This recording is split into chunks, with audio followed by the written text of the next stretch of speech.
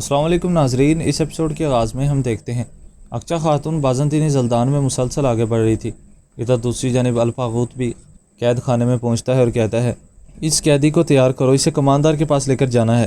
اتنے میں ہی سپاہی اسے وہاں پر اٹھانے لگتا ہے۔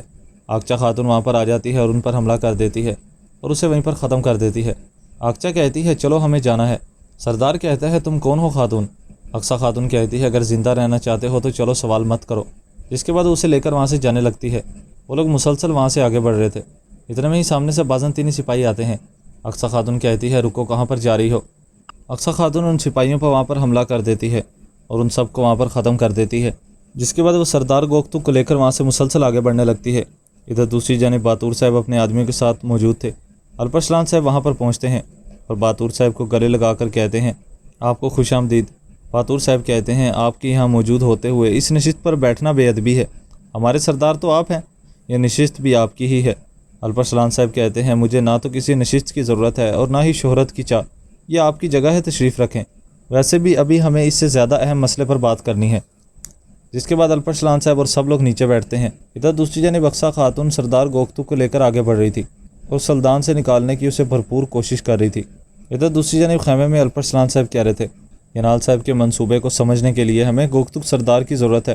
باتور صاحب کہتے ہیں مگر آپ نے تو کہا تھا کہ کیکامینوس گوکتک کو نہیں چھوڑ رہا، تو پھر یہ سب کچھ کیسے ہوگا الپرسلان صاحب؟ الپرسلان صاحب کہتے ہیں ہم قلعے میں چھپ کر داخل ہوں گے اور انہیں لے کر آئیں گے۔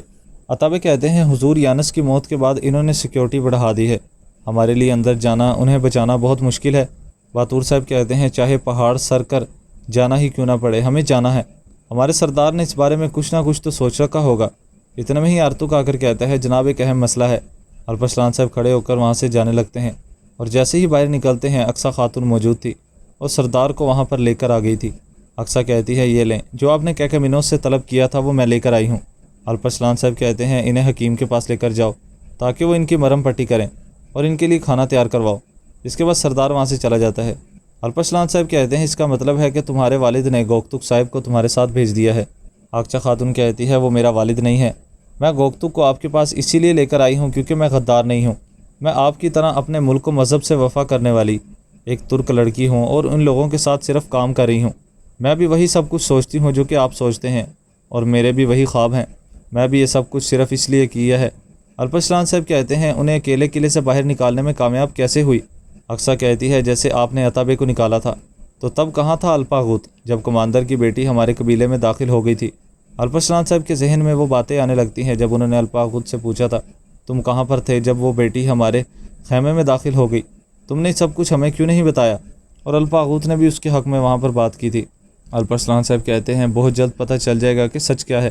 اگر یہ تمہاری کوئی چال ہوئی تو پھر میں اپنی تلوار سے خود تمہارا خون بہائے بغیر چین سے نہیں بیٹھوں گا، یہ بات یاد رکھنا۔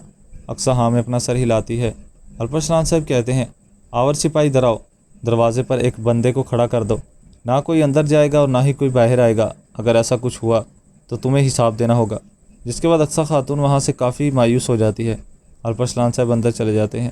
ادھر دوسری جانب الفاغوت زلدان میں پڑا تھا۔ سب لوگ وہاں پر پہنچتے ہیں۔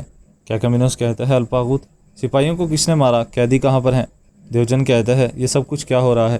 الفاغوت کہتا ہے کسی نے پیچھے سے میرے سر پر ضرب لگائی، میں نہیں دیکھ پایا کہ کون تھا، جب میں نے آنکھ کھولی تو محافظ مارا جا چکا تھا اور قیدی یہاں موجود نہیں تھا۔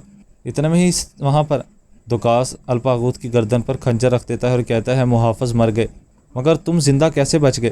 کیکامینوس کہتا ہے دوکاس الفاغوت ہمارا وفادار سپاہی ہے، میں نے تمہیں کتنی دفعہ یہ بات بتائی ہے، اپنا خنجر نیچے کرو۔ اس ایپیسوڈ کا اختتام یہیں پر ہو جاتا ہے۔ اگر آپ کو یہ ایپیسوڈ پسند آئے تو ویڈیو کو لائک کر دیں اور چینل کو سبسکرائب کر دیں، ساتھ ہی کے بیل نوٹیفیکیشن کو آل کر دیں تاکہ جیسے ہی نیکسٹ ایپیسوڈ آئے تو اس کی نوٹیفیکیشن آپ کو مل جائے اور آپ اس کو فوراً واچ کر سکیں۔ انشاءاللہ ملاقات ہوگی نیکسٹ ویڈیو میں، تب تک کے لیے اپنا خیال رکھیں، دعاؤں میں یاد رکھیں۔ اللہ نگہبان۔